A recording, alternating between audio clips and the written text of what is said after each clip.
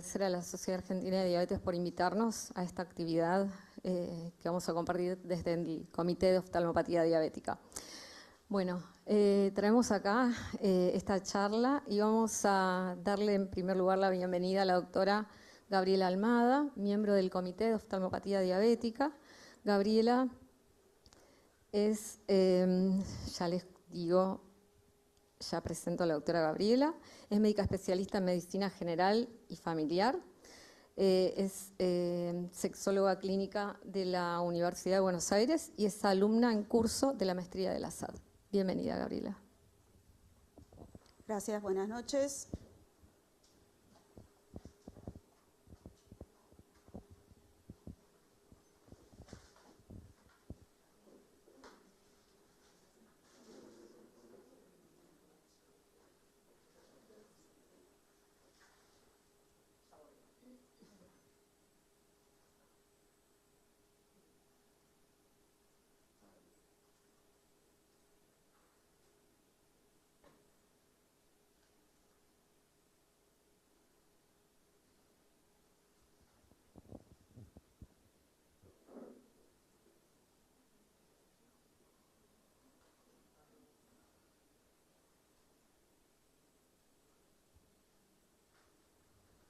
Bueno, arrancamos. El tema que me toca charlar es sobre la paradoja del control glucémico rápido y los análogos de GLP-1. Allá, avanza. ¿A dónde tengo que apretar? Ahí está. Bueno, no presento conflictos de interés para esta disertación y vamos a empezar hablando un poco de la epidemiología de la retinopatía en personas con diabetes. Y nosotros sabemos que en el año 2020 contábamos con aproximadamente 463 millones de adultos viviendo con diabetes, que de esa cantidad de personas, 103 millones tenían alguna forma de retinopatía diabética, de los cuales 29 millones tenían una retinopatía diabética que amenazaba la visión. Y que haciendo estimaciones para el año 2045 estaríamos teniendo a nivel mundial 700 millones de personas viviendo con diabetes, de los cuales 161 podrían tener alguna forma de retinopatía diabética, de las cuales 45 millones de esas personas podrían tener una amenaza de la visión. Por lo tanto, es un problema que tiene un impacto alto en la calidad de vida de estas personas. Entonces, nosotros sabemos siempre que en el objetivo de tratamiento de diabetes lo que nosotros nos planteamos como primer objetivo es el descenso de la glucemia, pero a veces, o sea, nos hacemos la pregunta si este descenso es siempre beneficioso y siempre va a ser la urgencia. Y entonces nosotros conocemos esta entidad, que es el empeoramiento temprano de la retinopatía diabética, que es la progresión transitoria de la gravedad de una retinopatía preexistente asociado a un control intensivo y rápido de la glucemia. Y esto va a estar vinculado sobre todo a la hemoglobina glicosilada o hemoglobina glicada basal elevada al inicio del tratamiento y con el descenso brusco de esta hemoglobina glicada y evidentemente de la glucemia en más de 1,5% en los primeros meses. Y esto, nosotros la fisiopatogenia, o sea, ¿por qué se produce este empeoramiento temprano? Va a pasar porque, no tengo puntero, ahí está. ¿Lo ven al puntero? Yo no lo veo. Ahí, hay que apretarlo. Muy bien. Entonces, en un estado previo de hiperglucemia, en donde el paciente tiene un descontrol metabólico, esa elevación de la glucemia lo que va a producir es una reprogramación metabólica, en donde se va a producir una disminución de la presencia de los GLUT1 para que ingrese menos glucosa a la célula y así disminuir esa glucotoxicidad celular que va a producir la glucosa.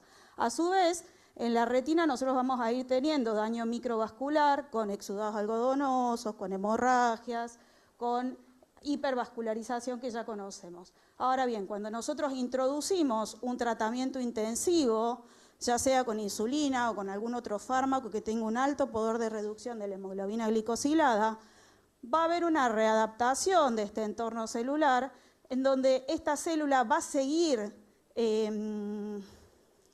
va a seguir teniendo una baja producción de GLUT y esa célula que estaba adaptada a la hiperglucemia va a empezar a tener una crisis energética celular y esto va a inducir la producción excesiva, la expresión excesiva del factor de crecimiento endotelial. ese factor de crecimiento endotelial lo que va a generar es la proliferación de vasos nuevos y a su vez va a haber cambios osmóticos en la membrana de los poidocitos, con lo cual va a haber una transsudación de agua desde el espacio intravascular hacia el extravascular, produciendo edema macular. Otra de las situaciones que va a pasar es la excitotoxicidad producida por el glutamato, porque esta célula neuronal que está en la retina va a tener dificultades para deshacerse del glutamato y eso también va a inducir daño en la retina. Entonces nosotros vamos a ver la paradoja del control glucémico, en donde a medida que desciende la glucosa, aumenta el daño retinal. Y esto ya lo vimos, no es algo nuevo, ya lo vimos en el DCCT, en el UCAPDS también hay evidencias del empeoramiento temprano de la retinopatía, y tanto en el DCCT nosotros lo que vemos es que en la rama de tratamiento intensivo se presenta una retinopatía diabética del 13% versus el 7,6% en el tratamiento convencional. Y esto lo vieron aproximadamente a los 18 meses. Hay estudios que ya hablan de empeoramiento temprano de la retinopatía a partir del tercer mes de inicio del descenso súbito de la hemoglobina glicada. Y también con el seguimiento a largo plazo lo que se vio es que la rama intensiva tuvo mejores resultados o similares a las personas que no tenían retinopatía al inicio del tratamiento, aunque estuvieran en la rama convencional. Entonces, sabemos que a pesar de que existe este empeoramiento temprano, la evolución de esta retinopatía a largo plazo es más favorable que en las personas con un tratamiento convencional. Con respecto a las oftalmopatías y a los análogos del GLP-1, esto que quiero mostrarles es, bueno, básicamente los trabajos que ya conocemos todos, el Sustain, el Pioneer, el Leader, Excel, Harmony, Rewind y el Surpass. Estos trabajos son los trabajos de seguridad cardiovascular para probar los fármacos, que no tienen como punto final primario, obviamente, la retinopatía, sino que más bien buscan un objetivo cardiovascular, pero que sí hubo informes del daño de la retinopatía, o sea, del aumento de la presencia de retinopatía, como un objetivo extra, digamos, que lo mencionan. En el caso del Surpass, que es el de tirzepatide, no tiene reporte de daño de la retinopatía como tal. Entonces, acá lo que vamos a ver es que nos llama la atención el Sustain, que fue de semaglutida versus placebo. Fíjense que la reducción de la hemoglobina glicada fue de 0,66 a 1,05 y que en la rama de intervención tuvieron un aumento significativo de la retinopatía del 3% versus el 1,8% en el grupo placebo. Lo otro que vemos es que en Excel, que tuvo una reducción de hemoglobina glicada similar al Sustain, tuvieron una reducción de retinopatía en la rama de intervención versus la rama placebo, lo mismo que en el Harmony, que pasó lo mismo. ¿Sí? Tuvieron reducción de la retinopatía en el grupo de intervención. Entonces, cuando vemos el gráfico de la metaregresión, podemos ver que tanto Excel como Harmony tuvieron menor porcentaje de retinopatía y el Sustain es el que se separa del grupo, presentando un aumento significativo de la retinopatía en la rama de intervención. Y esto, cuando se hace un estudio un poco más detallado de por qué el Sustain tiene este aumento de la retinopatía, lo que vemos es que hubo un protocolo sin restricción de seguridad retinal, o sea, al inicio del Sustain, cuando se hizo la selección de pacientes, se hacía un fondo de ojos que no necesariamente tenía que estar hecho por un especialista en retina, que no había criterios ni umbrales máximos de hemoglobina glicosilada y que el promedio de hemoglobina glicosilada al inicio del estudio era mayor que en otros estudios, entonces eran personas que tenían una diabetes más avanzada o más descompensada, que al inicio del estudio las personas con retinopatía diabética era un porcentaje bastante alto y que no estaba discriminado si era una retinopatía de grado bajo o de grado alto. Y a pesar de eso, lo que sí se vio es que en los sujetos que iniciaron el estudio con retinas sanas tuvieron una reducción del daño. Bien. Este estudio que les traigo acá es un estudio del 2024 en donde se comparó semaglutida versus placebo de manera retrospectiva y lo que vieron en este estudio es que Si se fijan, en el grupo de retinopatías no proliferativas hubo una evolución a retinopatía de no proliferativa a proliferativa, tuvieron una reducción del 28% frente al 50% esperado. O sea que no solamente que no empeoró la retinopatía, sino que en las personas que tenían una retinopatía empeoró menos que lo que habitualmente debería empeorar. Y como conclusión de este estudio, el uso de la semaglutida no se asoció con un mayor riesgo de progresión a la retinopatía diabética.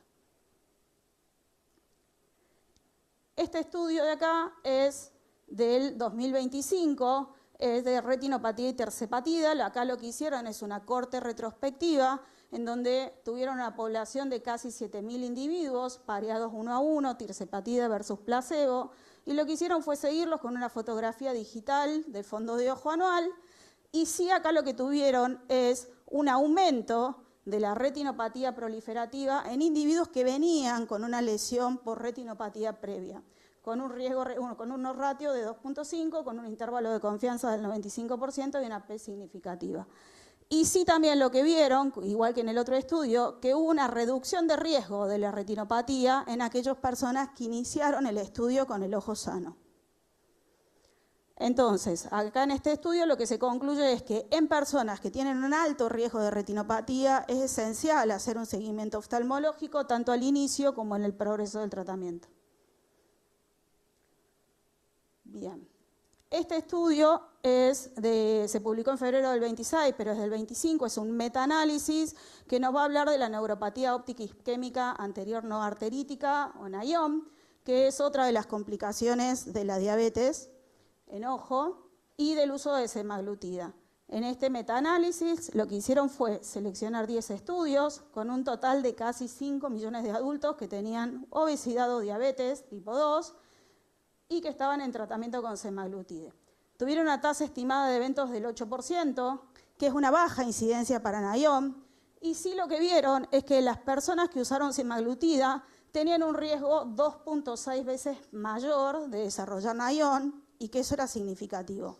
Ahora bien, lo que no sabemos y que el estudio se plantea es si este aumento del riesgo de tener un NAIOM se debe específicamente al uso de la semaglutida o a que las personas que tienen indicación de semaglutida tienen un curso peor de su diabetes, tienen obesidad, tienen dislipemia, y también los factores asociados al NAIOM, que son la debilidad del disco y las alteraciones propias del disco macular. Entonces, en este estudio no pudieron establecer una relación causal definitiva, y sí también sugieren nuevamente en pacientes de alto riesgo realizar un control oftalmológico, un ajuste criterioso de la medicación y obviamente la decisión interdisciplinaria del inicio del análogo de GLP-1. ¿No pasa? Ahí estamos.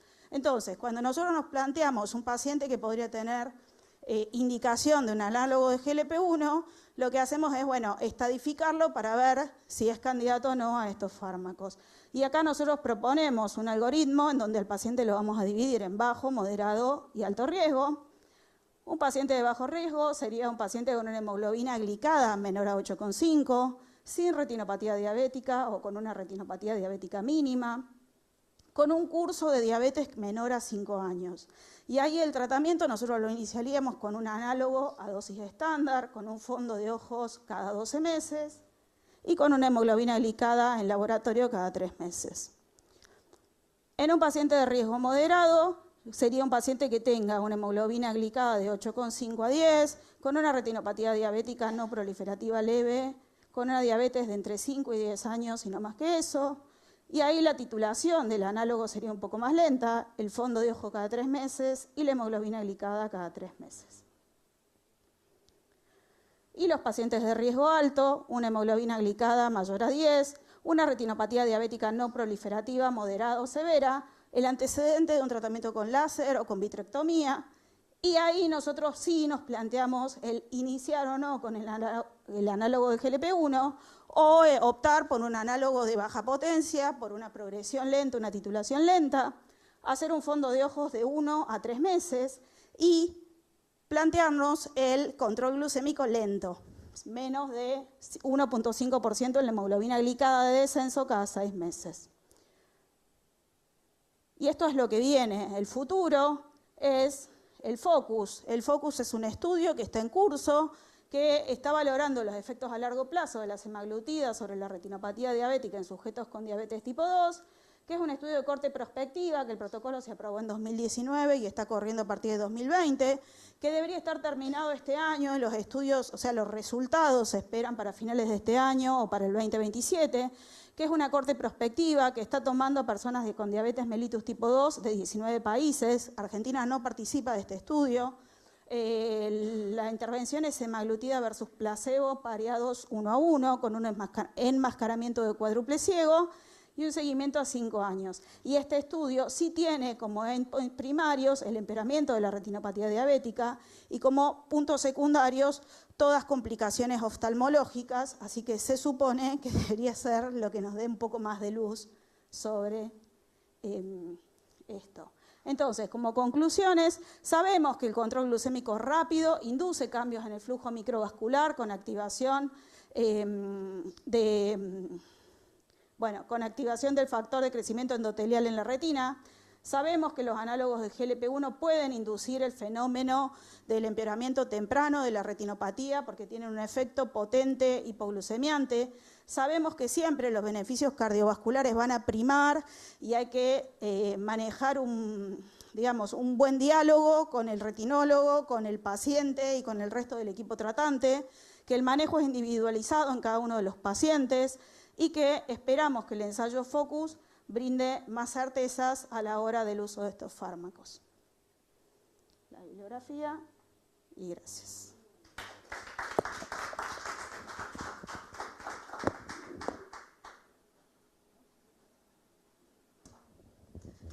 Muchas gracias, Gabriela. Bueno, ahora le damos la bienvenida al doctor Marcelo Saz, que nos acompaña de manera virtual. El doctor es asesor del Comité de Oftalmopatía, es médico oftalmólogo especializado en enfermedades y cirugía del humor, vítreo y retina, es doctor en medicina de la UBA, es profesor adjunto de oftalmología de la UBA y es jefe de sección de retina de la División de Oftalmología del Hospital de Clínicas José de San Martín de la UBA. Bienvenido, Marcelo, y acá te escuchamos. ¿Me escuchan ahí, Carla? Sí, perdón, disculpa, Marcelo. Dejamos las preguntas para el final, por favor, ¿sí? Claudia, ¿me escuchan ahí? Sí, perfecto. Bueno, ante todo, buenas noches, mi ausencia hoy, pero mi presencia virtual es para lo que necesiten y un poco ilustrarlos hoy lo que es. Hay un poquito de eco, ¿puede ser? Que tenga eco. Ahora se fue, perfecto. Un poco a la doctora Claudia por la invitación y un poco estar junto con ustedes en el día de hoy, un poco hablando de estas moléculas o poco lo que es la farmacología. La doctora Gabriela habló muy bien con respecto a lo que es la repercusión de lo que es la retinopatía diabética junto con el estudio con el control glucémico, pero yo un poco voy a hablar sobre farmacología, lo que es hoy el ojo como un reservorio farmacológico y explicar un poquito hacia dónde va hoy la terapéutica intravítrea en lo que es la retinopatía diabética y también el edema macular diabético característico. Esta diapositiva la uso siempre porque en general, recuerden ustedes que la farmacología intravítrea empezó en forma como accidental cuando un oftalmólogo norteamericano, el doctor Philip Rosenfeld en Estados Unidos, aplicó un anticuerpo monoclonal que fue el bevacizumab en ratones diabéticos en un bioterio y vio que había una regresión, motivo por el cual la terapéutica hoy antiangiogénica viene de una casualidad absoluta de la terapia obviamente oncológica, el cual fue el famoso, ustedes conocen el famoso Avastin, que obviamente modificó la terapéutica hasta el año 2026 en todas las moléculas que hay hoy para poder utilizarse. Y obviamente hoy la evolución tecnológica en farmacología va desde que cuando hacíamos fotocoagulación allá por la década del 80 y para el ojo diabético no había más que fotocoagulación, hasta la etapa hoy farmacológica que tenemos moléculas que vamos a ir describiendo obviamente en forma progresiva. Obviamente sabemos muy bien todos que cada vez vivimos más, la expectativa de vida en el siglo XVIII era vivir 25 o 30 años, en el vuelo del siglo XX, medio del siglo XX, empezamos a vivir hasta los, con suerte, 65, pero hoy tenemos una evolución de una calidad de vida en ciertos controles, que pacientes tenemos pacientes de 80, 90 o hasta 100 años en países desarrollados cuando cuidan su calidad de vida, pero esto genera obviamente un impacto en patología degenerativa, neurodegenerativa y también patología metabólica. Esto fue presentado recién por Gabriela con respecto a lo que es, y junto acá, las dos entidades más, obviamente, más estrella que tenemos hoy en la especialidad de la retina, que es la retinopatía diabética como segunda causa del mundo de ceguera evitable. Repito, segunda causa del mundo de ceguera evitable. Ustedes saben perfectamente muy bien que la RD, la diabetes, perdón, en Argentina involucra el 10 a 12% de la población, casi la mitad lo desconoce, y en los hospitales públicos o en la vida privada tenemos obviamente una enorme cantidad permanente de retinopatías diabéticas que hubieran sido tratadas en tiempo y forma, no hubieran llegado a obviamente una etapa obviamente que requiere terapia antiangiogénica, porque el tratamiento preventivo es mucho mejor que el tratamiento curativo o a veces rehabilitador. Y también esto se junta con otra patología degenerativa de la mácula, que también habrán escuchado ustedes en su práctica clínica, que es la degeneración macular relacionada con la edad en forma neovascular, de ahí la N, en la cual la terapia anti-VEGF junto con la retinopatía diabética hoy por hoy toman el grado central, básicamente originados por el bevacizumab, allá por el año 2005-2008, hasta terapias obviamente monoclonales o proteínas de fusión, obviamente mucho más evidentes y mucho más modernas. Pero a pesar de los progresos realizados, el cuadro de la retina sigue siendo las principales causas de discapacidad visual en el mundo entero. Y siempre eso lo discutimos con Claudia, con la doctora Carla Musso, con respecto a que el diabetólogo, el oftalmólogo, el médico clínico tiene que trabajar en su conjunto, ya que muchos pacientes diabéticos, usted va a ver en su práctica clínica, toman verdadera conciencia de lo que es la enfermedad metabólica cuando pueden perder la visión de un ojo o la perdieron y no pueden manejar, no renuevan el registro, no pueden trabajar, discapacidad visual. Esto genera un cuadro, porque básicamente, como antes se decía, la retinopatía diabética es básicamente un flagelo, no duele nada, el ojo en la retina no duele, da una discapacidad visual, pero no da ningún tipo de dolor, y lamentablemente genera, obviamente, como decíamos antes, en los países desarrollados y también subdesarrollados, la segunda causa en el mundo de ceguera evitable. Si uno de esto lo lleva al mundo farmacoeconómico, donde los estados quieren no gastar plata en tratamientos ni en rehabilitación, es un tratamiento, miren lo que impacta obviamente el costo hasta el año 2029 del market share de la Data Bridge, un elemento financiero que evalúa farmacoeconomía, los millones y millones de dólares que se gastan en tratamientos de rehabilitación o tratamientos básicamente antiangiogénicos, básicamente en el edema macular diabético como primer marcador o primer emblema o primer cuestión de lo que es que la retinopatía diabética es la combinación de terapias para obviamente mermar el edema macular. El edema macular diabético es la principal causa de disminución de agudeza visual en el paciente diabético tipo 2 o tipo 1, más que el cuadro proliferativo, pero que genera un impacto económico en los países desarrollados, imagínense los nuestros, donde la accesibilidad, y subrayo la palabra accesibilidad, a veces por motivos múltiples, es muy pobre y el paciente llega tarde a la consulta. Obviamente, la terapia anti-VEGF viene un poco de lo que es los estudios de Napoleón Ferrara, un científico norteamericano que ha determinado y ha descrito ese factor X, que después lo llamamos el factor de crecimiento vascular endotelial, pero dentro de lo que es la microangiopatía diabética sistémica, y yo me voy a dedicar lentamente a la retina, hay una enorme cantidad de actores como las interleuquinas 6, la interleuquina 1B y otros factores inflamatorios, factores de la microglía, que hacen que aparezca obviamente el cuadro retinal con discapacidad visual, con edema macular y a veces con desprendimiento de retina y con ceguera evitable, al cual los voy a llevar al final de la presentación. Cuando yo llega tarde, llega el quirófano. Y cuando llega el quirófano estamos en una etapa obviamente mucho más onerosa y a veces mucho más incapacitante.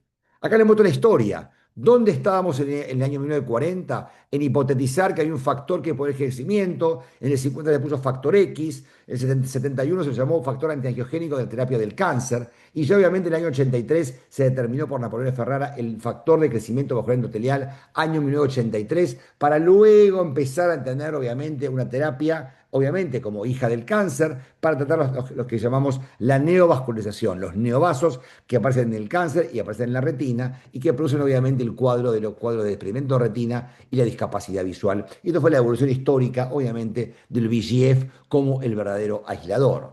Y acá llegan los fármacos. Los fármacos llegaron en el año 2004-2003 Como les conté yo, llegó el bevacizumab, obviamente hijo de la oncología, del laboratorio Roche, para tratar el cáncer colónico metastásico. Una droga altamente eficaz, altamente segura, pero que luego se empezó a utilizar en el año 2006 y 2004 para oclusiones vasculares retinales, para la degeneración macular con la edad, que es la AMD, del inglés Age Macular Degeneration, neovascular, y empezaron a ver otras moléculas, y llegó el Aflibercept, que es la ILIA del laboratorio Bayer, que fue empezado a utilizar, y luego llegaron otras moléculas, hasta que en el año 2022 o 2023 llegó el faricimab. El laboratorio Roche saca el faricimab, que es el babismo del comercio. En consecuencia, tenemos toda una serie de escalas y una especie de progresión farmacológica a la cual el ojo se convierte en un reservorio farmacológico para utilizar moléculas, en la cual lo que queremos son moléculas cada vez más eficaces, cada vez más seguras, y cada vez que podamos tener un bajar, se me llama el burden, la carga, queremos inyectar poco, porque la compliance con el paciente, que uno tiene que inyectar mucho, baja aún en países desarrollados, donde el medicamento es gratuito, en Europa, por ejemplo, la compliance puede llegar hasta un 50% o un 40% de efectividad y no llega a un 90%, como en el estudio clínico randomizado y aleatorizado que tenemos habitualmente en la práctica clínica.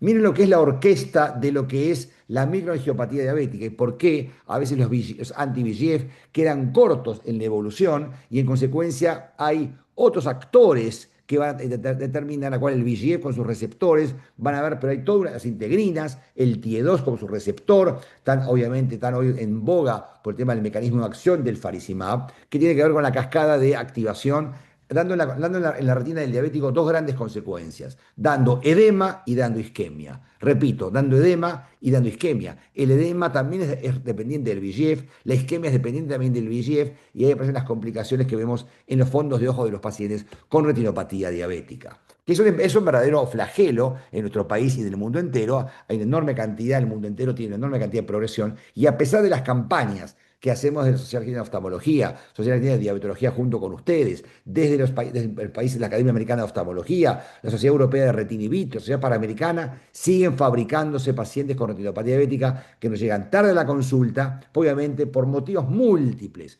Pero como les dije antes, el paciente diabético toma noción de la enfermedad sistémica cuando pierde la visión de un ojo y no puede manejar, no puede renovar el registro, no puede trabajar o no puede un test psicofísico para motivarse a un trabajo. Esto se lo dije a comentar recién, en la cual además de tener obviamente factores angiogénicos, hay factores inflamatorios, motivo por el cual ya hay trabajos de patología del Wilson Hospital de Filadelfia, que hablaba que dentro de lo que es cuando aparece la microangiopatía, hay infiltración leucocitaria, hay aumento de la permeabilidad, hay una remodelación del tejido que da un edema macular, que se ve obviamente, ustedes saben muy bien, en el estudio del tomógrafo ocular de coherencia, o también llamado el OCT, que utilizamos con forma diaria en la práctica clínica.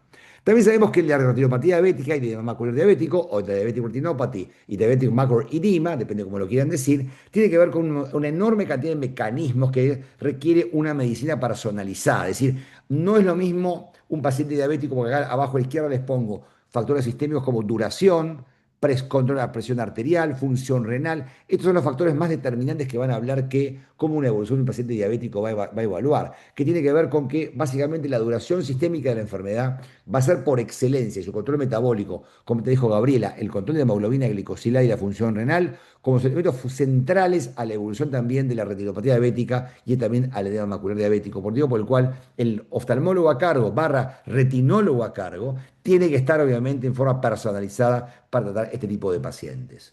Acá lo llevo hasta el año 2020, les sigo mostrando las moléculas, la cronología y cómo hoy tenemos estas moléculas todas vivas. Tenemos básicamente el ranibizumab, que sigue vivo en algunos países del mundo, el Aflibercept, que sigue vivo, que es una proteína de fusión, el brolucizumab fue una molécula también que fue salida, pero bueno, fue sacada por un tema de seguridad en fase 4, porque generaba obviamente en fase 3, pues generaba un cuadro de vasculitis hemorrágica en la retina, con vasculitis hemorrágica, y se perdió, por motivo por el cual el laboratorio de Novartis la descontinuó y la sacó. No tenemos más en el mundo brolucizumab, y llegaron nuevas opciones terapéuticas donde el faricimab es la última molécula seguramente aprobada para el uso de estas moléculas, que es una molécula multitarget, que tiene un mecanismo biespecífico, ahora se lo voy a explicar, pero que antes, como les decía antes, les comenté antes, venimos del láser o de no treatment, no había tratamiento, luego llegó el láser, luego de la terapia fotodinámica, en el 2005 llegaron los antiangiogénicos y antes les comento una nota de color. en la introducción de drogas intraoculares hoy en la oftalmología. Es el procedimiento oftalmológico más frecuente del mundo. Cuando todos éramos residentes, o básicamente hace tiempo atrás, el procedimiento oftalmológico más frecuente era la cirugía de catarata. Hoy, lo que los oftalmólogos, básicamente, y más los retinólogos, hacemos hoy la práctica clínica, además de operar de experimento de retina, o operar retinopatías diabéticas proliferativas, o trauma ocular, colocamos moléculas intraoculares dentro de los ojos de los pacientes con un procedimiento obviamente invasivo, porque el ojo es un reservorio, y queremos, como antes decía, moléculas biespecíficas o triespecíficas que duren mucho para bajar la carga y tener alta compliance. Y ahí salen moléculas multitarget, como les voy a explicar. Entonces, eso es un cuadro muy interesante porque cuando todos tenemos casi la misma edad, o hay gente más joven, el ojo era gotas, gotas, gotas. El oftalmólogo ponía gotas, se acabó. El oftalmólogo ahora pone gotas, pero el oftalmólogo libera implantes de liberación sostenida, como la dexametasona de depósito, que es una droga aprobada por el MIDE en Estados Unidos en el año 2012. Altísima eficacia, altísima seguridad, pues que libera dexametasona de depósito. Tenemos administración intravítrea como procedimiento, transescleral, vamos a liberar la vía supracoroidea, y también le voy a hablar de algo que se llama P10, que es un dispositivo de liberación sostenida que viene de la época de la década del 80, cuando se empezó la retinopatía por citomegalovirus, y empezamos a liberar, obviamente, medicamentos con un dispositivo que se llama P10 o dispositivo de liberación sostenida, como les voy a explicar, que es básicamente que lo que libera es ranibizumab, que fue la molécula básicamente creada por Genentech y que la distribuyó durante años y años y años con nombre comercial de Lucentis, el laboratorio Novartis. Entonces tenemos básicamente dos targets que vencer, que es el edema macular diabético, DME, o la retinopatía diabética proliferativa, o PDR del inglés, en la cual la cascada y la neovascularización y todo el que va, tiene que ver con una enorme cantidad de actores que van a determinar que el paciente va a tener un motivo por el cual la molécula tiene que tratar de inhibir todos estos factores y tener moléculas multitarget, no solo una molécula anti-VEGF como era el bevacizumab de Roche para tratar el cáncer colorectal, sino que la molécula tiene tendencia a tratar de inhibir toda la cascada, la mayor cantidad de cascadas que tenemos para poder inhibir y ser eficaces y además ser seguras y no producir vasculitis, ni cuadros neuropatía óptica, ni cuadros de complicaciones. Acá les traigo una cosa muy interesante que tiene que ver con con el mecanismo de acción del faricimab, obviamente el faricimab, en el cual viene otro actor que es la angiopoyetina 2, que lo conocen de farmacología. La angiopoyetina 2 es una proteína que lo que genera es proliferación y hace switch angiogénico, y obviamente lo que yo quiero es todo lo contrario. La angiopoyetina 1 es como el amigo bueno, que está con su receptor TIE2, a la izquierda lo ven, en la cual hay estabilidad vascular. Vascularización normal a la izquierda. Ahora, cuando hay un switch angiogénico motivado por la hiperglucemia crónica, por la microangiopatía, pérdida de pericitos, y obviamente empieza a haber un isquemia tisular e factores inflamatorios, entra el actor malo, que es la angiopoyetina 2, que desplaza al receptor, a la angiopoyetina 1, de su receptor del TIE2, y va a la cascada que va a generar extravasación o leakage, neoformación de vascularización, edema e inflamación. Estos cuadros son los que ven el estado patológico, y esto es lo que se ve básicamente en la retinopatía diabética proliferativa o también en el edema macular diabético como segundo flagelo. Y dando este cuadro característico que antes les mostré, en el cual todo un tema de bioseñales que tiene que ver en la cual en las drogas tienen estas proteínas de fusión o estos monoclonales biespecíficos, tratan de inhibir la mayor cantidad de actores que van obviamente a generar el cuadro del edema macular diabético y del cuadro de la retinopatía diabética proliferativa como segundo flagelo. Pero también la cosa siguió superándose, y ahora venimos a hablar de algo ultramoderno 2025-2026, en la cual tenemos entre última, la gene therapy, la terapia génica. También tenemos moléculas de drogas que ahora estamos haciendo estudios clínicos, subcutáneo, supracoroidea. Recuerden que la coroides es el tejido vascular que está entre la retina y la esclera, que es un tejido altamente vascularizado, a implantes, y también hay dispositivos de liberación intravítrea para la retinopatía diabética de uso moderno. Hay un laboratorio Oculis que ha alargado, esto es el estudio fase 2 todavía, fase 2, fase 3, que ha alargado una molécula, aún todavía estamos haciendo estudios clínicos, de alta concentración para poder lograr un corticoide, a ver si, pero bueno, todavía están estudios clínicos randomizados, no está aprobado ni por la FDA, ni por EMA en Estados Unidos, o bien por la ANMAT, pero se está haciendo estudios clínicos básicamente en Europa, en Estados Unidos, y acá también hay algunos sites en Argentina, para poder utilizar una molécula en colirio podría tener la penetración corneal en la cámara anterior y llegar a hacerlo, cosa que los personas lo veo, pero hay un estudio clínico que está corriendo, han reclutado pacientes y hacia ahí va un poquito lo que es la molécula de la casa Oculis en gotitas. La gene therapy creo que es lo más apasionante que todo. Ustedes saben perfectamente que la gene therapy es algo que ha revolucionado y en el mundo de la retina está revolucionando y hay mucha cantidad de laboratorios y de sponsors que estamos trabajando con para poder ver si podemos generar, obviamente, frente a un vector viral, que lo mismo ojo produzca su propio anti-VEGF, produzca el Fidercep, y acá tenemos las casas como el Rexento Bio Avi, la casa Adverum o la Ocular Molecular Therapeutics, que están generando moléculas para administración, y ahí les pongo, supracoroidea, intravítrea o intravítrea, para el edema macular diabético o para la forma no proliferativa. O sea, básicamente lo que estamos tratando es edema macular diabético como principal flagelo y hay una enorme cantidad de moléculas que están siendo estudiadas. Insisto, aún estudios clínicos estamos en fase 2, fase 3 para hacer estudios randomizados y están corriendo en el mundo de estos sponsors para poder regular y tal vez al paciente inyectarlo una vez en 12 meses, o lo inyecto en enero, y el mismo ojo, obviamente, por vía intravítrea, o vía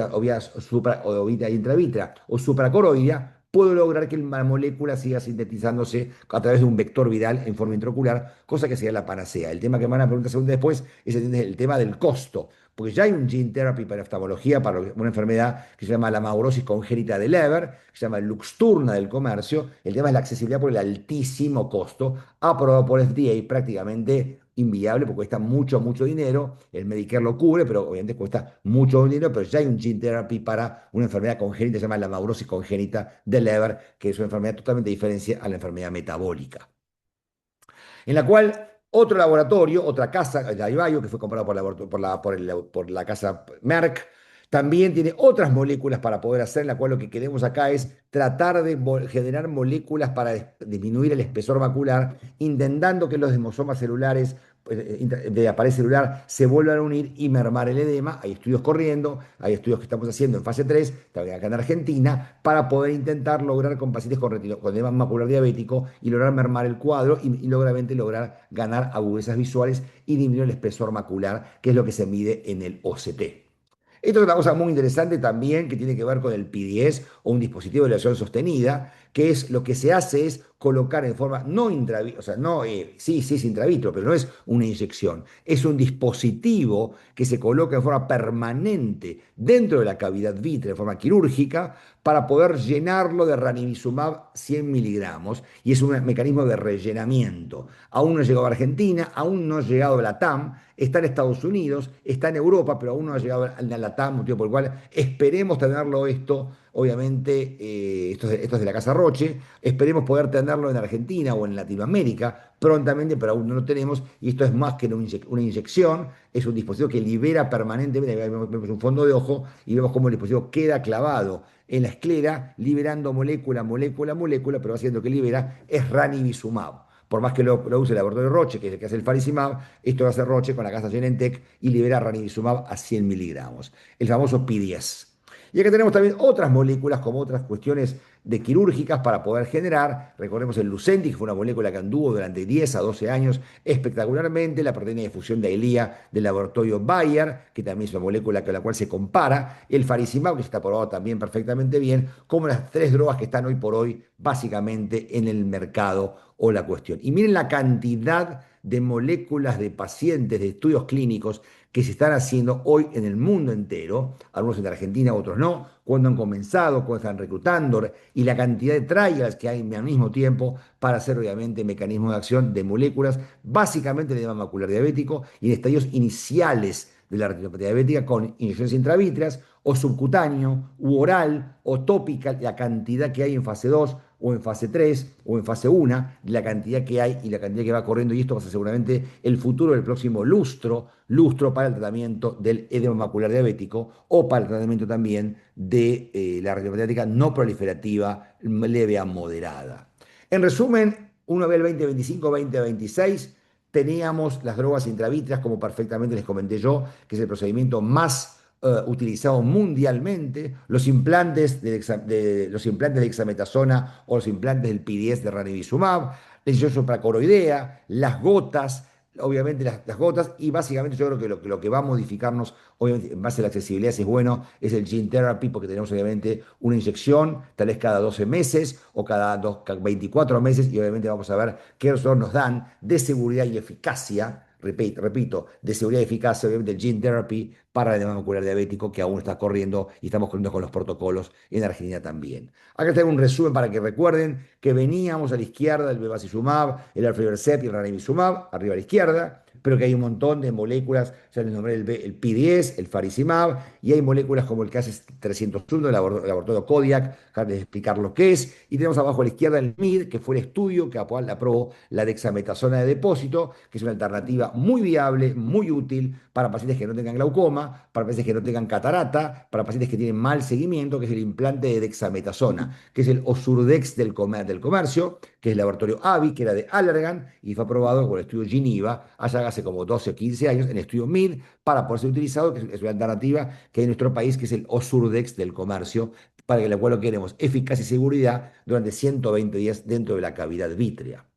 Y lo sigo llevando a algo más complicado, que tiene que ver, esto básicamente fue utilizado para la degeneración macular, la MD, que son los TKI o inhibidores de tirosinquinasa, en la cual básicamente fueron utilizados, que son otros implantes, básicamente utilizados y lanzados en estudios clínicos para la degeneración macular, pero que también el Axapaxil fueron utilizados también para retinopatía diabética, que esto es una cosa que aún hay estudios clínicos, pero son otros implantes de inhibidores de la tirosinquinasa que lo vamos a empezar a utilizar. Aún estamos en estudios clínicos randomizados, pero aún no está aprobado por FDA ni por EMA, pero también, obviamente, entendiendo mucho más lo que es hoy por hoy el mecanismo de acción de estas moléculas, porque lo que queremos es evitar la inyección mensual o bimensual o trimensual para lograr compliance y el burden.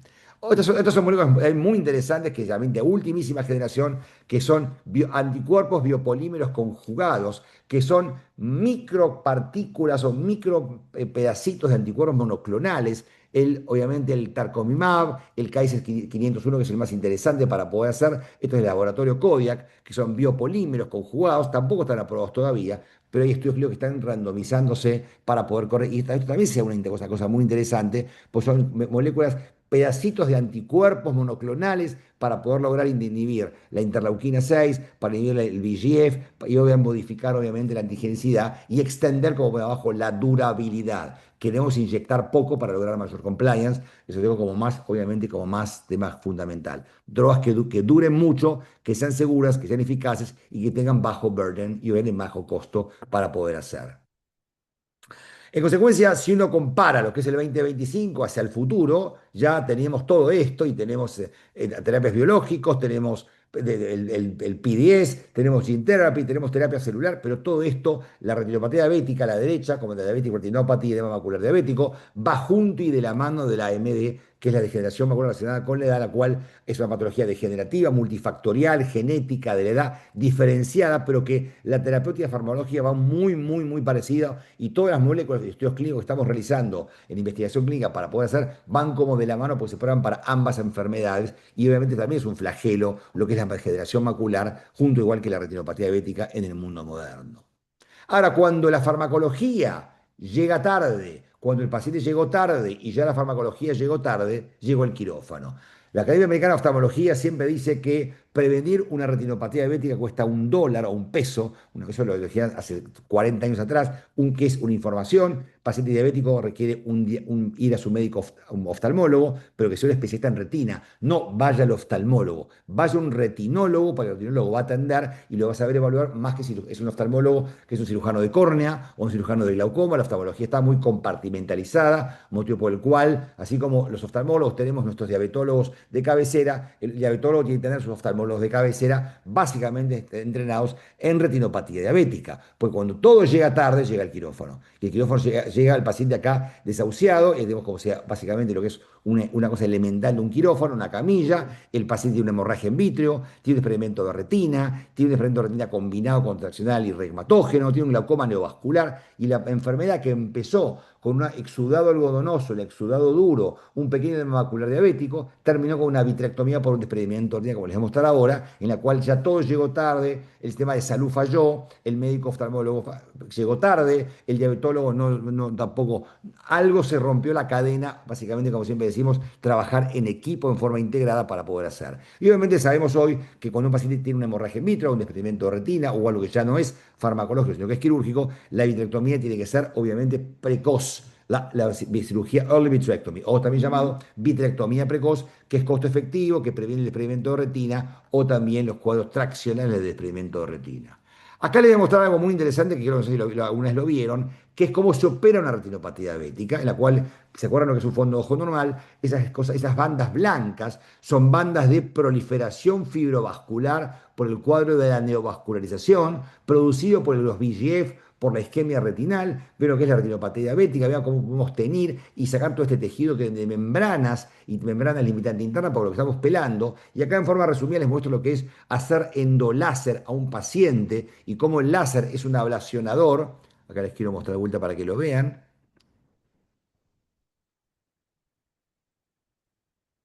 Un poquito para acá.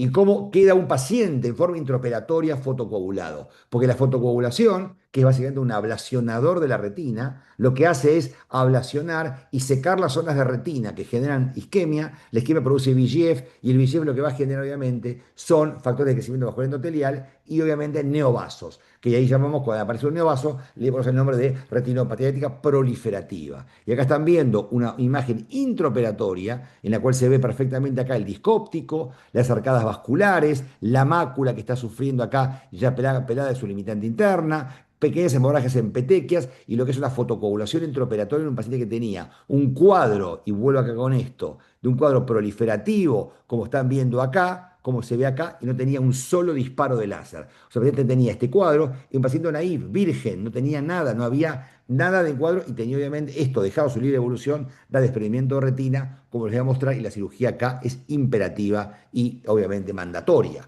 Y la cirugía se pone aún más compleja en otros pacientes con la cual tiene un cuadro, recuerdo que es un fondo ojo normal, una retinopatía diabética con desprendimiento de retina combinado. Todo lo que están viendo acá es desprendimiento de retina, les marco con el mouse.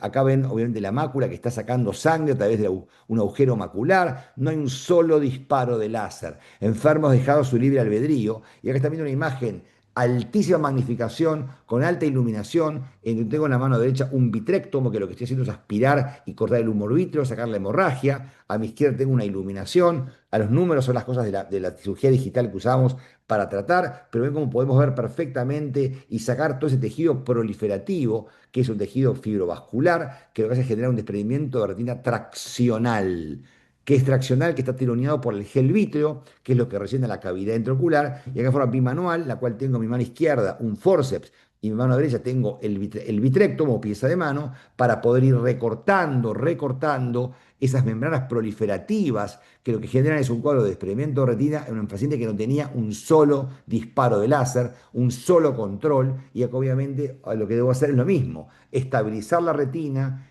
aplicar la retina, fotocoagularla para lograr obviamente una estabilización de lo que genera, si no va a generar un glaucoma neovascular. Y acá también les muestro cómo hacemos endoláser en el intraoperatorio para poder generar, y estamos trabajando adentro de la cavidad vitrea. Esto es una vitrectomía por retinopatía diabética proliferativa. Y están viendo la imagen vivo, por cómo se ven, les quería mostrar un poquito porque siempre a veces me piden cirugías para poder un poco ilustrar qué hacemos cuando el paciente llegó tarde a la farmacología y cómo está la cirugía digital al día de hoy. Para ir un poco terminando, le hablamos de las moléculas, hablamos de lo que es el mecanismo de acción, de lo que es la cascada antiangiogénica, de lo que es la angiopoyetina 2, de los receptores, del ojo como reservorio farmacológico, pero lo más importante, mis queridos colegas, es trabajar en equipo. En la clínica médica, el diabetólogo, el oftalmólogo, retinólogo, el paciente y su familia como un equipo. Porque la educación del paciente, como antes, antes les comentaba, uno lo ve en la práctica pública y en la práctica clínica. El paciente diabético tolera la nefropatía, la polineuropatía, la coronariopatía. Ahora, cuando pierde la visión de un ojo y no puede leer, no puede manejar, no puede ver al nieto, la vida cambió para siempre, pero como doctor, como doctor, como doctor. Y es un tema básicamente de responsabilidad compartida de todos nosotros como el cuerpo médico, haciendo campañas permanentemente para evitar el flagelo de la retinopatía diabética. Hay moléculas modernas desde la terapia antiangiogénica como el bevacizumab, como la primera y la debutante año 2005, hasta la gene therapy, que seguramente vamos, y se os expliqué, y todos los protocolos que hay, todas las moléculas que hay para poder generar. Tenemos corticoides, tenemos terapia combinadas y tenemos una cirugía hoy ultramoderna para poder tratar, como antes decía, un pequeño edema macular diabético, como ven arriba en la fotito, con el típico exudado duro que se sienta en la mácula, hasta un cuadro, como ven abajo en la foto de abajo, un cuadro de desprendimiento de retina con hemorragia de vítreo, sin tratamiento y obviamente de un cuadro devastador desde lo que eso implica el costo para la cobertura médica, para la salud, para el Estado, para la familia y también para el paciente si implica abonarlo porque si no tiene ningún tipo de cobertura médica. ¿Qué nos traerá el futuro? El futuro obviamente va a traer tecnología porque la ciencia es imparable y el mundo moderno produce ciencia. Más y mejor tecnología. Queremos drogas con mayor duración, creo que la gene therapy acá es lo que más va, obviamente, a extender el tratamiento y bajar el burden. Queremos que sean eficaces y seguras con nanopartículas. Queremos, obviamente, imágenes multimodales, que eso es para otra presentación que un día puedo perfectamente dárselas, cómo se ve la imagen multimodal, la retina con imágenes multimodales, con RFG de campo amplio, con OCT de campo amplio, segmentando la retina con el OCT angiography, y tenemos también esquemas terapéuticos para poder tratarlos, para lograr menos atrofia, mayor compliance, que el enfermo más se adhiera con nosotros, y queremos opciones de tratamiento más eficaces y más seguras, básicamente en el macular diabético y en el cuadro proliferativo. Creo que es la última, no me quedo con nada, dejo de compartir y si tienen alguna pregunta, bienvenidos y los escucho a todos. Muchas gracias.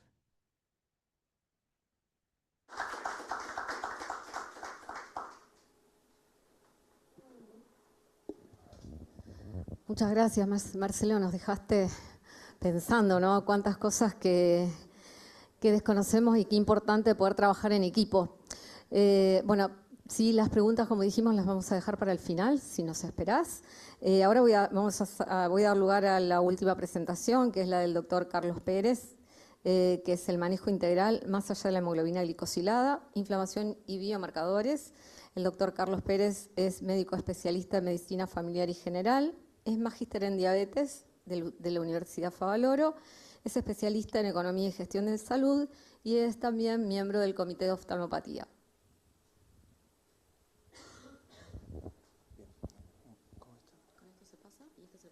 Perfecto. Bueno, buenas noches, gracias por la invitación. Bueno, dentro de mi tema es justamente hablar lo que es la parte del facilitar el diagnóstico y tratar de llegar a un diagnóstico precoz dentro de lo que es esta patología, de lo que venimos hablando, de la retinopatía diabética. Anteriormente comentamos justamente lo que es los anteriores disertantes. Yo voy a hablar más que nada sobre el diagnóstico que es, y enfocándome en la inflamación y estos biomarcadores en general de la retinopatía diabética. No tengo conflicto de interés.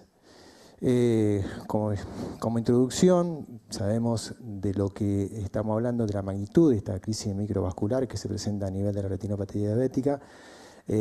Hoy ya tenemos más de 100 millones de pacientes con retinopatía diabética, 1 de cada 3 personas con diabetes. Esto va a llevar, sabiendo el crecimiento global que vamos a tener dentro de la retinopatía diabética para dentro de los próximos años, y la IDF viene observando y proyectando, sabiendo que 1/3 de los pacientes diabéticos tienen problemas de retinopatía diabética, vamos a tener un aumento exponencial del número de pacientes con problemas de retinopatía diabética, proyectando aproximadamente 160 millones para el 2045. Nosotros tenemos generalmente como referencia la hemoglobina glicosilada como un referente de cuál es explica la variación, el riesgo de tener una retinopatía diabética. Los diferentes trabajos que me ha tocado leer y para poder desarrollar esta exposición, refiere de que solamente el 11% de la hemoglobina glicosilada muestra y explica el riesgo de la progresión a retinopatía diabética. Lo demás son otros factores que generan justamente la retinopatía diabética. Y justamente eso es lo que vengo a tratar de exponer y explicar. Estos factores justamente de riesgos que no son glucémicos son factores independientes y también relacionados con la hiperglucemia. Son factores que principalmente de inflamación crónica, la hiperglucemia que genera el estrés oxidativo, las alteraciones epigenéticas que se produce justamente en diferentes células y justamente la memoria metabólica que acarrea esto debido a la alteración que se produce en el genoma en general de la información genética. Por eso, enfocarse exclusivamente en la hemoglobina glicosidada es observar el riesgo a través del ojo de una cerradura como un concepto. La patología de la retinopatía diabética generalmente uno toma en cuenta como que es una enfermedad neovascular. Hoy por hoy se sabe muy bien por diferentes estudios, diferentes metaanálisis, que la patología, mirando solamente como una enfermedad, una enfermedad vascular, microvascular, no estamos enfocando la fisiopatología de la enfermedad retinopatía diabética. Hoy se toma en cuenta justamente que hay una neurodegeneración que se produce a nivel vascular y neurológica de la retina, y esto es producido, y muchas veces esto antecede a la situación de lo que estamos viendo hoy por hoy como diagnóstico, las alteraciones microvasculares. Hay una neurodegeneración, que eso obviamente está producido por la hiperglucemia, que esto genera un estrés oxidativo con alteraciones justamente a nivel mitocondrial. Este estrés oxidativo produce justamente una activación de las células que son innatas, o sea, las células de vigilia que tenemos a nivel en la parte retinal, que las células de la micro y la macroglía. La macroglía, por ejemplo, las células de Müller, que son células que no solamente están para la parte de inmunidad innata, sino también está justamente para el sostén, para la nutrición, para la comunicación dentro de la retina. Esto produce esta activación, esta hiperglucemia, este estrés oxidativo, produce una liberación de citoquina que justamente son focos terapéuticos, luego, que como ha nombrado anteriormente el doctor, en la liberación de citoquinas y quimioquinas, que una de las más frecuentes, existen varias, o sea, citoquinas justamente que son de inflamación, citoquinas justamente de progresión justamente neovascular, del metabolismo, justamente del metabolismo de oxidación. Pero hablando de la inflamación, las más frecuentes que se han observado en los estudios que se están estudiando son la interleuquina 6, el factor de necrosis tumoral alfa y la proteína de quimotaxis de monocitos. Esto, que se produce justamente por la liberación por diferentes células, puede ser también por los leucocitos que invaden al endotelio vascular y también por las células locales, como por ejemplo la microglía, la célula de Müller y otras células más dentro del parénquima de la retina, genera una leucoestasis y un daño endotelial que esto va a llevar justamente a la rotura de la barrera hematorretiniana. Como verán, esto después llega justamente al edema, a la obstrucción vascular, y esto con el tiempo genera justamente la isquemia y la formación de nuevos vasos. Sería justamente la evolución de la retinopatía diabética no proliferativa a la proliferativa, ¿cierto? Y con esto, después, en la última etapa, vemos que hay un aumento de la secreción de cierto tipo de biomarcadores, lo que justamente vengo a hablar, que es, por ejemplo, el más conocido, el factor de crecimiento endovascular, que también lleva a la neovascularización. Entonces, la neurodegeneración es, por ahí, es una etapa previa a la alteración microvascular de la retinopatía diabética. Y la neurodegeneración y la disfunción glial precede a la microangiopatía clínicamente visible que estamos viendo. Dentro de los biomarcadores que podemos tomar en cuenta, hay biomarcadores que se pueden utilizar de bajo costo efectivo, como son los biomarcadores que se puede hacer directamente de la titulación sanguínea. Tenemos los biomarcadores que son por medio de índice de neutrófilos leucocitos, que tiene también de plaqueta linfocito y el índice de inflamación inmunitaria sistémica. Estos marcadores, lo que ayuda, como digo, costo efectivo, tiene, por diferentes trabajos, ha mostrado diferentes tipos de asociación con la retinopatía diabética no proliferativa y aumentando cuando hay una retinopatía diabética proliferativa. Tiene relación directa, por más que hoy por hoy, más adelante no me quiero adelantar, tiene todavía por ahí homogeneizar justamente el tipo de valores para tomar en cuenta justamente este biomarcador. Estos datos de rutina, que son muy fáciles de obtener, son convertidos en herramientas predictivas de alto valor y con un bajo costo de efectividad dentro del sistema de salud, que como sabemos es una alta carga dentro de la salud pública a nivel mundial. Este estudio es justamente un estudio donde se muestra lo que acabo de nombrar. Justamente es un estudio donde muestran toda la relación del recuento diferencial de estos leucocitos. La relación también de monocito con linfocito es otro de los parámetros que se ha tomado en cuenta, pero dentro de los 4 biomarcadores sanguíneos, los más importantes son los 3 que nombré. Y el que más abarca justamente sería el marcador de inflamación sistémica inmunitaria, que incluye neutrófilo, plaqueta y linfocito.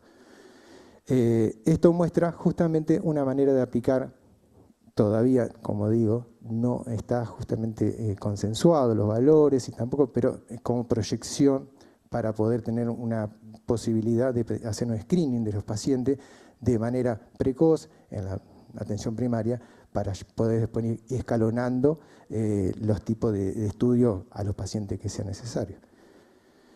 Este es el estudio, la revisión, es un estudio, una revisión sistemática de 38 estudios, más de 27 estudios de metaanálisis. Ahí está justamente la diferencia, la limitación, como le dije anteriormente, de la relación del linfocito-monocito, que no mostraron diferencia significativa, y consideran que la relación y el índice de neutrófilo, linfocito, plaqueta, linfocito y de inflamación sistémica inmunitaria se están consolidando como marcadores fiables de severidad y progresión con respecto a la evolución de los pacientes.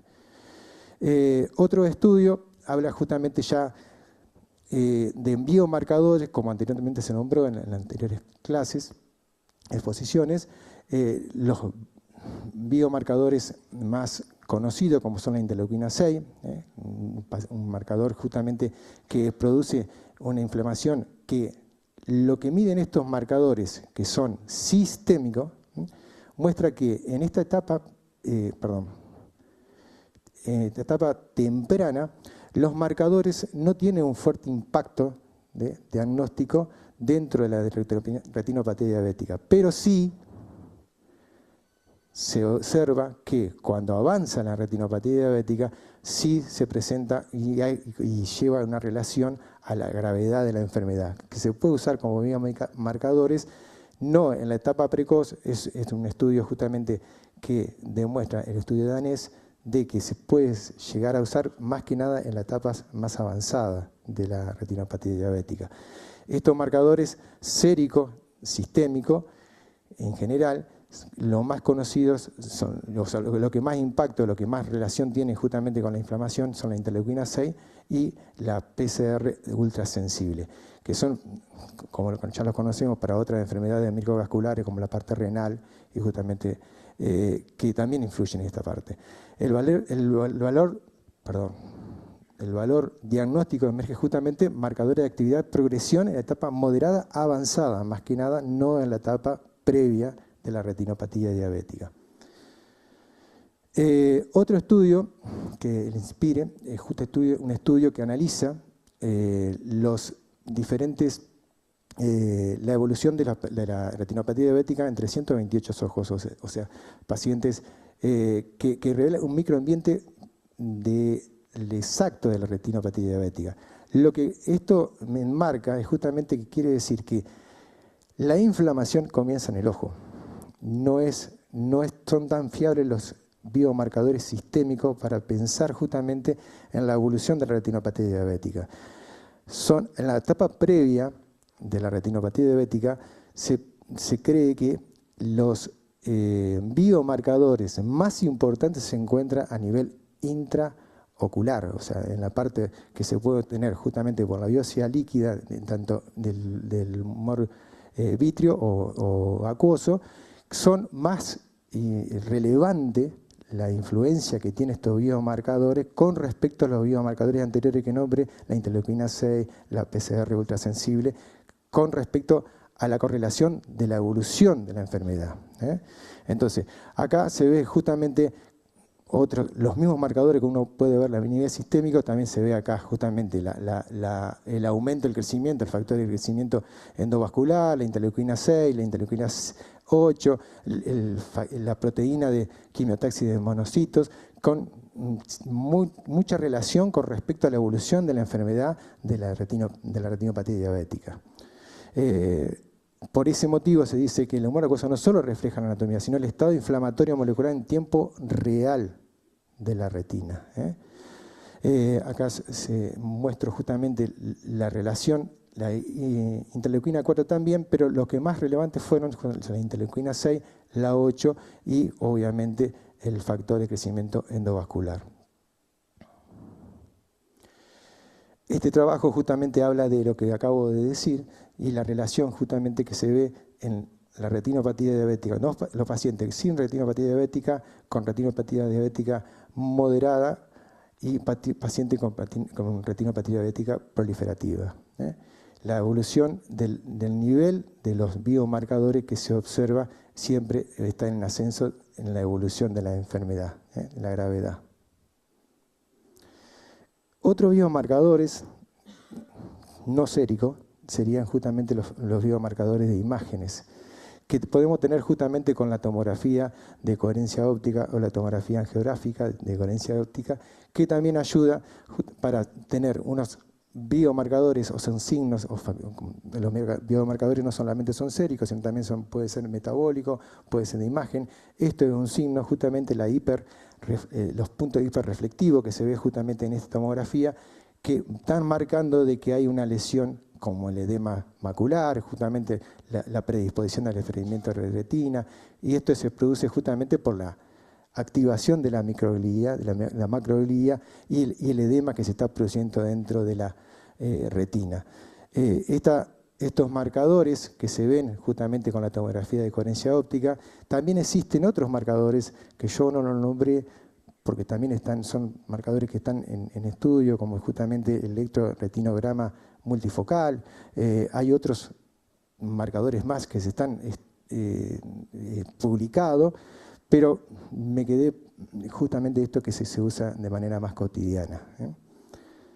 O sea que no solamente hablamos de marcadores séricos, marcadores locales, sino también marcadores a nivel de imagen que nos ayudan como manera de llegar a un diagnóstico precoz. Y el enfoque es tener un enfoque de un diagnóstico precoz, de una medicina más precisa para mejorar el tratamiento del paciente. Entonces, dentro de lo que vengo hablando, haciendo un escalonado de diagnóstico de los pacientes de manera más costo efectiva y tratando de poder identificar los pacientes de manera lo más precoz posible y también llevar a que esto nos ayude, una manera de plantear una posible manera de algoritmo de estratificación del nivel de atención del paciente sería una atención primaria, cribado masivo, o sea, usando justamente un hemograma del paciente como herramienta, el índice leucocitario, como lo nombré anteriormente, más la hemoglobina glicosidada, teniendo en cuenta justamente que la hemoglobina glicosidada tiene un impacto hoy por el estudio de un 11% nada más como relevancia de la retinopatía diabética. Lo refiero a esto también porque en otros estudios justamente hablan de que mejorando la hemoglobina glicosidada el paciente sigue progresando a la retinopatía diabética. O sea que hay un disparador de la inflamación que lleva a que, a pesar de que se regulariza el control metabólico del paciente, sigue la inflamación interna dentro y la progresión de la enfermedad. Si estos pacientes justamente logramos tener ese cribado que hasta que se llegue a homogeneizar y o poder dar los valores de corte justamente de esto, nos puede llevar a poder hacer esta progresión de la enfermedad y elegir los pacientes que verdaderamente necesitan tener un estudio mayor, más que nada en los lugares, como sabemos, la retinopatía diabética afecta generalmente países de desarrollo de bajo recurso. Entonces esto nos ayuda a que el cribado de este paciente nos llegue a, si tenemos pacientes con estos índices que pueden ser sospechosos y relacionados justamente con una posible progresión de retinopatía diabética, a llevar a una oftalmología general, donde se puede usar ya estos biomarcadores que ya son más específicos, como dije anteriormente, tanto sistémicos como locales, que son la interleuquina 6, PCR, existen otros biomarcadores como la hemopexina, otras cosas, pero nombro los que justamente podemos más relevante. Y si esto justamente llega a los pacientes que tienen, porque tiene una progresión a pesar de un buen control metabólico, sigue progresando el paciente con la retinopatía diabética, tenemos que sospechar que hay otras causas que están generando la progresión de la retinopatía diabética del paciente. Y esa causa puede ser inflamatoria, que justamente es un foco terapéutico para esto. Y si esto lleva a que el paciente que sigue progresando, llegamos a un paciente con una especialidad, ya derivamos a una especialidad mayor, justamente en la especialidad de retino, de retina para hacer una medicina de precisión, usando justamente la tomografía de coherencia óptica o angiográfica avanzada, usando paneles de citoquina, que eso es lo que justamente voy a hablar más en la próxima diapo, de paneles de citoquina en humor acuoso, que es un tratamiento mucho más personalizado, más dirigido, y un seguimiento del fenotipo, depende del tipo de inflamación que tenga este tipo de retinopatía. El futuro va a ser justamente esto, la multiómica. La ómica es una técnica científica. La técnica científica que usa diferentes tipos, porque se sabe muy bien que un biomarcador no puede demostrar la fisiopatología múltiple que es de la retinopatía diabética. Entonces, lo que se intenta es usar la multiómica, que la multiómica es el estudio del genoma al metaboloma.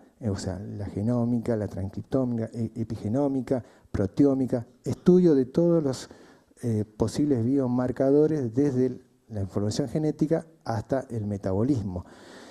Y usar justamente paneles de biomarcadores, no solamente un biomarcador solo, que sería una visión mucho más holística con respecto a lo que es la fisiopatología de la retinopatía diabética. También, como todos sabemos, la IA está dentro de esta herramienta de diagnóstico, no reemplaza el juicio clínico, pero nos ayuda mucho y está en evolución. El costo es la barrera de la IA para aplicación justamente como diagnóstico precoz en estas cuestiones, pero también se puede fusionar junto con la genómica, la proteómica, que es lo más frecuente que se usa, el fenotipado, el fenotipado de la tomografía de coherencia óptica como biomarcadores para identificar patrones imperceptibles que uno puede llegar a tener, pasar de alto cuando hay una revisión general del fondo de ojo. El objetivo supremo de todo esto es predecir qué paciente específico perderá la visión con años de anticipación, para poder tener una terapia mucho más precoz, un diagnóstico precoz y ser más efectivo en el tratamiento. ¿Qué se puede hacer hoy? Entonces, monitorear la relación neutrófilo-linfocito en cada hemograma de paciente con diabetes tipo 2, que esto no lleva ningún costo adicional. Si este paciente tiene una evolución que, como dijimos anteriormente, paciente que tiene una evolución errática, a pesar de tener un buen control monitoreo de los factores de riesgo y de hipertensión, bueno, sabemos que el peso de los años de la enfermedad es lo más importante de la diabetes. Bueno, podemos pedir una PCR de ultrasensible o una interleuquina 6 ante pacientes que vemos que es un inicio precoz rápido o una progresión, como dije anteriormente, inexplicada cuando tiene un buen control metabólico. Y ante paciente con retinopatía diabética con bien controlado, siempre tener en cuenta el riesgo inflamatorio, que es independiente a la glucemia. No limitarnos con la evaluación de la hemoglobina glicosilada, que es necesario, pero es insuficiente por los estudios, y siempre trabajar, como dijo anteriormente el doctor Sass, en coordinación y trabajar en equipo con la oftalmología para interpretar biomarcadores, además de los biomarcadores séricos, los biomarcadores de imagen que podemos llegar a sumar para el diagnóstico. Bueno, muchas gracias.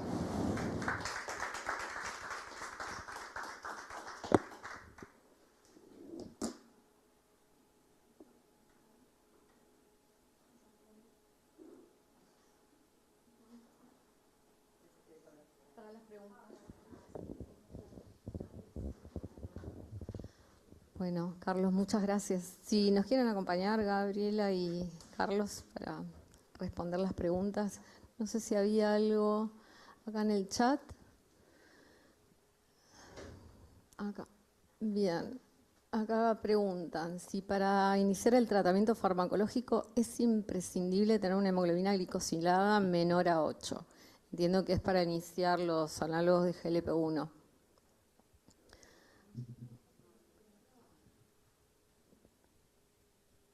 Bien. Bueno. Sí. Clave, te respondo. Dale, dale, Marcelo. Saquen el eco. Por favor. Eso es una vieja... Hay eco. Acá no tenemos eco. Bueno, entonces hablo yo, puede ser la computadora. Es una vieja disyuntiva, básicamente, diría yo, desde el punto de la parte administrativa, en la cual obviamente la hemoglobina glicosilada es un marcador de las glucemias. Ustedes saben perfectamente lo que es la hemoglobina glicosilada y el valor relativo y el valor relevante que tiene con respecto al control glucémico del paciente. Ahora, eso no contraindica en absoluto, Claudia, en absoluto el comienzo de la terapia anti-VEGF en ningún paciente.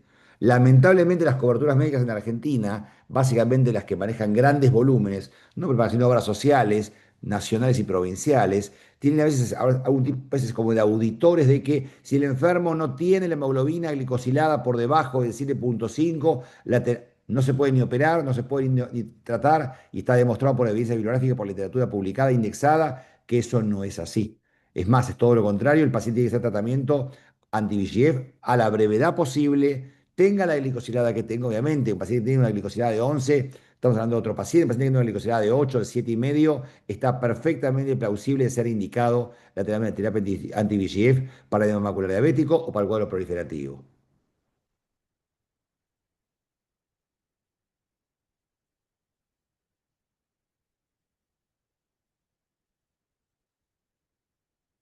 Te dejé de escuchar. De la hemoglobina glicosilada. Es importante que los colegas sepan este punto, porque muchas veces nos llegan pedidos de resúmenes para autorizar esta medicación y si nosotros no tenemos ese conocimiento podemos frenar un tratamiento que es necesario. Así que bueno, gracias. Creo Totalmente que de acuerdo. Bien, no sé si había otra pregunta. Sí, Carla. Bueno, ante todo felicitarlos a todos, excelente toda la información, súper actualizada.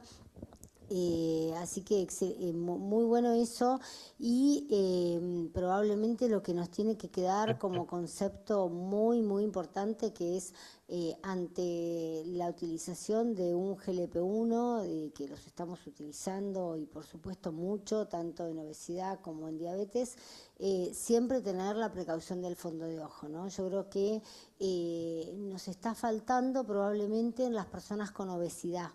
Y también ahí tendríamos que tener cierto cuidado, que no es lo mismo que en la persona con diabetes, que vamos a bajar, vamos a hacer un descenso abrupto de la glucemia, pero creo que como precaución en las personas con obesidad, pues está súper demostrado que también tienen grandes alteraciones, así que eso creo que nos tiene que quedar muy claro, ¿no? Cosa que no hacíamos antes. Nosotros en Fundación corrimos el estudio, el Sustain 8, y en ese momento no se sabía nada de todo esto que estaba pasando, y entonces no se tuvo la precaución de tener un fondo de ojo previo. Ahora ya para el STEP 1, que fue posterior y que fue en obesidad y diabetes en algunos pacientes, a todos se les hacía el fondo de ojo obligatorio previo a la indicación del GLP-1. Y creo que esto dejó grandes enseñanzas, así que creo que muy buenas todas las aclaraciones. Muchas gracias, Carla. Sabes que Un poco, hay un Laura, tema. Sí, claro, sí, Marcelo. tomando lo que dice la doctora Lamuso, que me parece relevante, el fondo de ojo es la cuarta o quinta pata del examen oftalmológico elemental de la consulta oftalmológica. O sea, el oftalmólogo no solo prescribe anteojos y el paciente se va. Lamentablemente, muchos pacientes, hasta a veces creen que el oftalmólogo es el que prescribe anteojos y ahí está ya ahí, y ahí se quedó. La consulta oftalmológica tiene que tener como la clínica médica, obviamente el interrogatorio, la toma de la agudeza visual, la toma de la presión intraocular, el examen biomicroscópico con el manejo de los reflejos pupilares aferentes y eferentes, la motilidad intraocular y por supuesto un fondo de ojo a cualquier paciente que venga. O sea, si no, el paciente, como siempre decimos, está subexaminado. Ni que si es diabético, si es obeso, hipertenso, metabólico, tuvo una patología oncológica, el fondo de ojo se encuentra en metástasis coroideas. O sea, la oftalmología no es solamente un tema de prescribir gafas y tomar la presión, ver la motilidad y el examen de pupila dilatada es un examen elemental de la consulta oftalmológica de rutina. Y más si en la familia hay glaucoma, hay retinopatía diabética, hay degeneración macular, hay patología vascular, es un hipertenso, es un carotidio, es un paciente con una patología hematológica. El fondo de ojo es muy rico en información sistémica, pero debe verlo eso un oftalmólogo que esté entrenado en la patología retinal. Lamentablemente, por un tema, como siempre decimos, de la accesibilidad, por motivos múltiples, la consulta oftalmológica se posterga, va a otro lado y no hay examen de retina. Y si no hay examen de retina, el paciente está examinado a un 40%. Y con un fondo de ojo que sepa evaluado, y con las imágenes multimodales y la tecnología que tenemos con los OCT, imágenes de campo amplio, vemos perfectamente, sin colocar gotas de la pupila, sin hidrasis farmacológica, una evaluación hermosa en un paciente digitalizado, en lo que vemos el OCT, le miramos el fondo de ojo, sin dilatar, pero tiene que verlo alguien que esté obviamente a la altura del cuadro y que pueda reconocer los hallazgos. Si no, el fondo de ojo es solamente un estudio de un hallazgo sin diagnóstico certero. Importante, nosotros lo que tratamos de difundir, es que en el fondo, en el pedido de la evaluación oftalmológica, coloquemos todos esos puntos que vos nombraste, ¿no? Y que el colega nos haga la devolución de cada uno de esos puntos. Y lo que yo suelo agregarle es el pedido de el informe del cruce arteriovenoso, que me parece que también es de gran valor diagnóstico y pronóstico. Así que bueno, muchas gracias. Y Un placer. lo que decíamos un poco en el equipo nuestro del Comité de Oftalmopatía, muchas veces cuando tenemos reuniones, no sé qué es lo que te pasa a vos, Marcelo, pero preguntamos si a partir del uso de los análogos de GLP-1 hay mayor concurrencia, mayor derivación por parte de los diabetólogos y otros profesionales que los indican para esta evaluación oftalmológica. Lo que dicen nuestros colegas es que en general no notaron un gran cambio. No. ¿Vos qué nos podés decir? Coincido con los colegas. Lamentablemente, el porcentaje de controles por retinopatía diabética, hoy con la inclusión de los GLP-1, no se ha modificado. El paciente diabético viene igual, más o menos, y si estoy tratado con la medicación, tomo GLP-1, pero no es que se ha incrementado, basado en el Sustain 6, el incremento de retinopatía proliferativa. Obviamente tenemos hoy los oftalmólogos retinólogos en el arsenal farmacológico que nos permite, si el paciente tiene un edema macular o un cono proliferativo, claramente tratarlo, porque tengo fármacos altamente eficaces y altamente seguros. Pero no es que se ha aumentado la consulta hoy por las complicaciones del GLP-1 inhibidor, ¿no? Por los EMPIC a la cabeza, ¿no? No. Gracias, Marcelo. Qué importante, ¿no? Esto de poder tener esta ida y vuelta, ¿no? De que les prescribimos y en general, ¿no? De los diabetólogos que lo hacemos como rutina, pero quizás si tenemos como esa duda, tener como un mayor control y cercanía. Así que bueno, gracias por tu información. Un placer, también. placer. Sí. Bueno, muy interesante la reunión y quería preguntarle al doctor Sass lo siguiente. Nosotros los diabetólogos tímidamente nos vamos acercando al tema de semaglutide y retina. Muy tímidamente, si está claro, si hubiese realizado hace 2 o 3 años atrás, no se hubiese hablado nada de protección o de alguna actitud de control en retina sobre semaglutida. Yo creo que en la historia de la diabetes nunca tuvimos un medicamento que afecte tan mal la retina como los GLP-1 en general y semaglutida en particular. Tal es así que el mejor resultado de todos los Sustatin es el de retina con un hazard ratio de 1.7 y demás. Mi pregunta es, en diabetes estamos llegando tímidamente a preocuparnos entre semaglutida y retina por sus efectos perjudiciales. Los oftalmólogos, los neurooftalmólogos, ¿está llegando esa idea o está en una especie de microambiente como es esta reunión y todavía no llegó el problema de semaglutide y retina como droga? No voy a decir retinotóxica, no lo voy a decir, pero sí voy a decir que tenemos todos los semáforos en color rojo habido y por haber.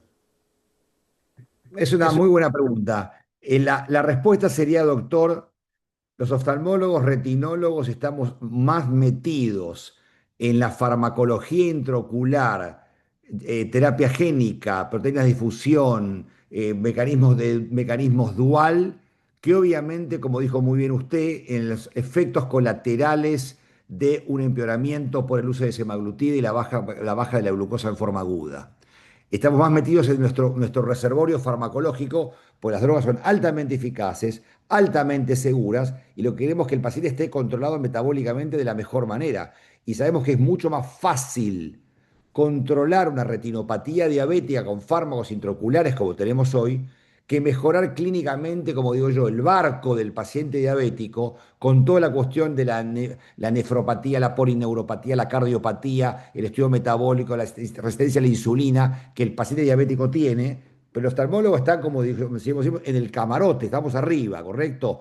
Pero obviamente, como dijo usted, estamos más metidos en nuestro planeta o en nuestra matrix farmacológica que en lo que es la cuestión global. ¿Qué queremos? Un diabético que tenga un diabetólogo de cabecera, un diabetólogo controlado, un diabetólogo obviamente seriado, un informe de cómo está su función renal, cardiovascular, etcétera, pues el enfermo requiere ir a cirugía y requiere obviamente una autorización del médico, su médico diabetólogo, y queremos tener con el médico diabetólogo un puente aéreo aceitado para evitar obviamente las complicaciones que puede tener el semaglutide, claramente. Pero así como el semaglutide da efectos colaterales, los fármacos intraoculares son altamente eficaces para tratarlos. Motivo por el cual tengo un antagonista farmacológico, si el enfermo tiene alta compliance, puede tener accesibilidad y el paciente cumple, la terapéutica intraocular es altamente eficaz. Bien, y un poco... sí, un minutito, ya te doy. Me parece, doctor, un poco también en respuesta a su pregunta, nosotros nos planteamos con respecto al cuadro que había presentado la doctora, ¿no? Y los factores de riesgo. Nosotros tenemos muy en cuenta la presencia o no de retinopatía y también otros factores, ¿no? Porque en las guías lo que dicen es que esta medicación está indicada en pacientes que de repente tienen una enfermedad cardiovascular, una enfermedad renal, donde riesgo-beneficio, si un paciente tiene una retinopatía que no está controlada, lo que acostumbramos a hacer es referir al especialista, hacer un tratamiento de esa retinopatía y evaluar el beneficio de este paciente con estas drogas. Eso es un poco lo que tenemos como consenso nosotros desde el comité. Bueno, hola, buenas noches. Felicitar a todos, la verdad que es muy enriquecedora la charla.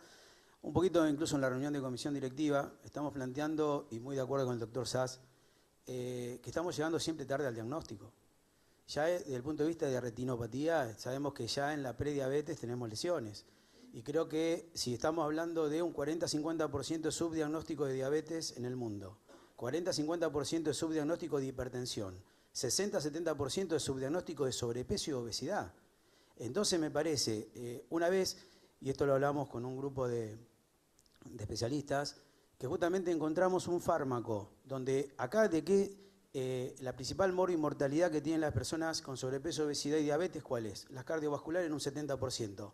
Si yo tengo hoy la posibilidad de tratar a una persona, que como lo dijo muy bien el doctor, que yo creo que el orden hubiese sido primero que hable el doctor Pérez, para poder ver todas estas cosas intrínsecas que tiene, amén de la glucemia, porque hasta dudamos de para qué nos sirve la hemoglobina glicosilada. Entonces yo digo, eso también nos pasaba con la insulina cuando bajábamos de golpe. Entonces, aquello que nosotros tenemos en cuenta, toda esta integralidad de factores que justamente aumentan esa mortalidad cardiovascular, más la parte renal, más la parte hepática y demás, yo creo que, haciendo una deducción muy clara, hoy tenemos fármacos que ayudan a que la gente viva más y mejor. Y creo que los agonistas de GLP-1, para nombrar algunos, me parece que han logrado un espacio muy importante como para justamente hacer que esas personas, asociado al resto del manejo no farmacológico, porque si no estamos cayendo solamente en lo farmacológico, y creo que como educadores en lo que hacemos y una visión integral de esta patología, me parece que es mucho más que un fármaco. Es decir, así que me parece que esto, que me pareció re interesante lo que decías de cómo llegar tempranamente a hablar de factor de riesgo, digamos, de retinopatía. Me parece que tenemos un montón de trabajo por hacer y justamente salir a la comunidad, buscar y facilitar la accesibilidad de la gente a la consulta, porque justamente nos estamos quedando muy lejos, amén, me parece, de ponerle toda la mala ficha a un fármaco.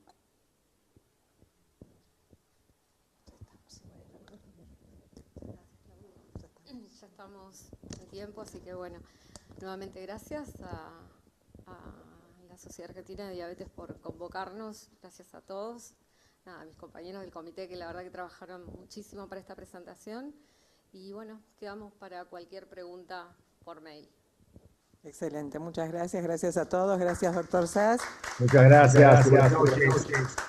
Muchas gracias, Marcelo. Un placer, Claudia. Un placer total.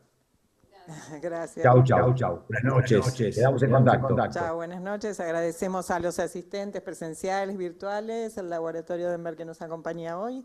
Y nos despedimos invitándolos a la próxima reunión científica que será el lunes 6 de julio con el tema Transición en Diabetes, Optimización del Proceso e Implementación en Argentina. Gracias, buenas noches.